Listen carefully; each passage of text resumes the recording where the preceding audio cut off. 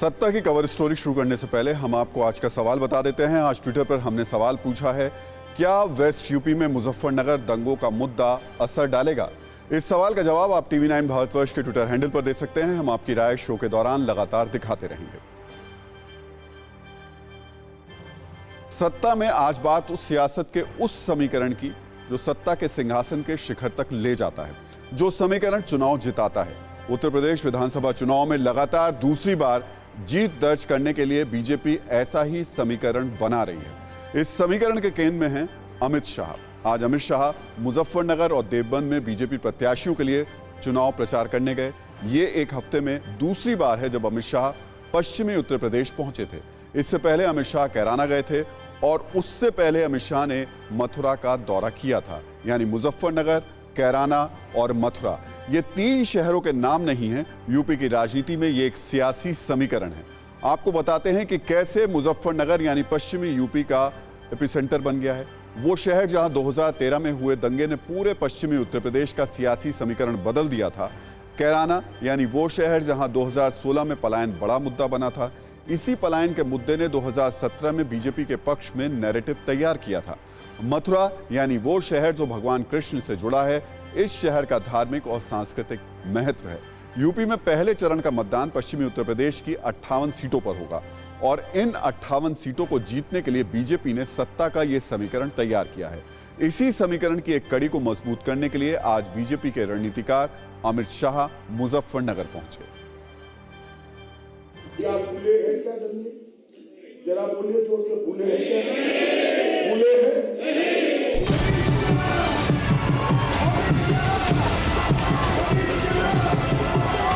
पश्चिमी यूपी के एपिसेंटर कहे जाने वाले मुजफ्फरनगर की जमीन से अमित शाह ने उस मुद्दे को उठाया जिस मुद्दे ने पश्चिमी उत्तर प्रदेश की सियासत बदल दी थी।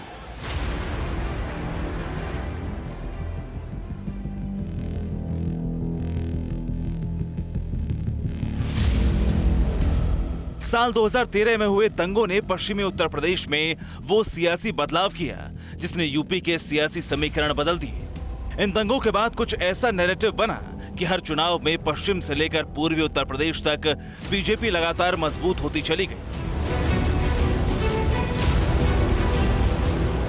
बेशक मुजफ्फरनगर के दंगों की यादें थोड़ी धुंधली हो गई हैं, लेकिन दंगों का दंश झेल रहे लोगों की आंखों में उस डर और दहशत की निशानी अब भी जिंदा है। इसीलिए अमित शाह ने मुजफ्फरनगर में लोगों को फिर याद दिलाया कि कैसे दंगों के बाद कार्रवाई के नाम पर बेगुनाहों पर केस दर्ज हुआ था।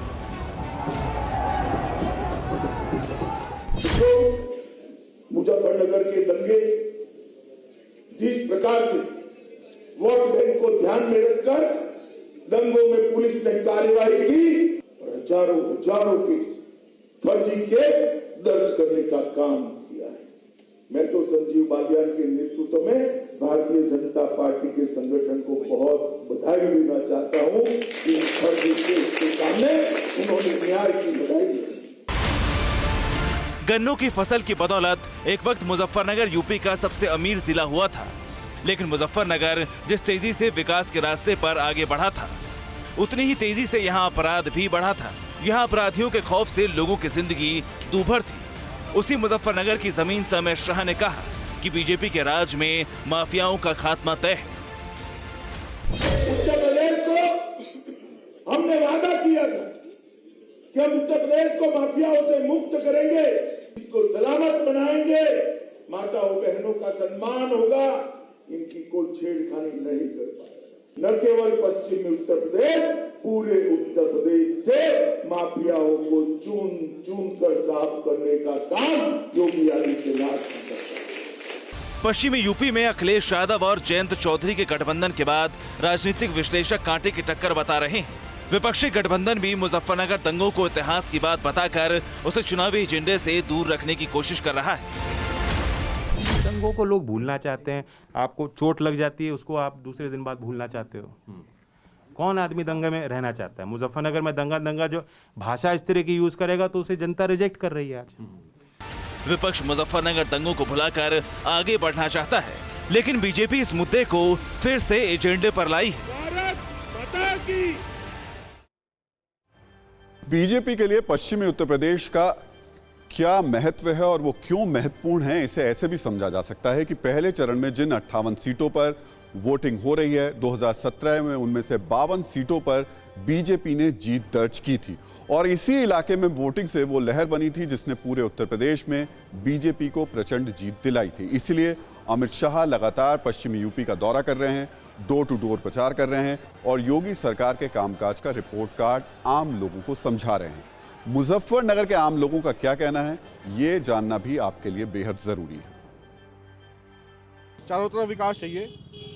कौन करेगा विकास बीजेपी करेगी, 100% करेगी, अभी भी किया है, आगे भी करेगी। बहन बेटियों को जो लैपटॉप मिले थे, करीब कन्या धन मिला था, उसके मुद्दे पर वोट देंगे, अखिलेश यादव जी को देंगे। गुंडागर्दी बिल्कुल खत्म हो गई है मुजफ्फरनगर के अंदर और एक अमन चैन है। योगी जी सरकार ने बहुत अच्छा काम किया है। बीजेपी ने कोई काम नहीं किया है, ना ही कोई विकास का मुद्दा है, सिवाय एक फिजाओं में जहर जरूर घोला है।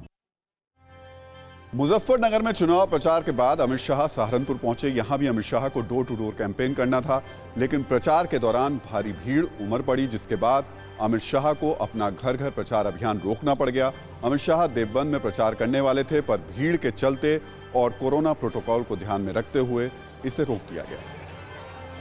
कोरोना धर्म नहीं देखता, जात नहीं देखता, अमीर गरीब ऊंच नीच नहीं देखता। कोरोना सिर्फ मौका देखता है, लेकिन आप उसे मौका मत दीजिए। बस इतना कीजिए, जब कभी दफ्तर से बाजार से घर लौटिए तो इतना ख्याल जरूर रखिए कहीं आपके साथ कोरोना आपके घर तो नहीं जा रहा।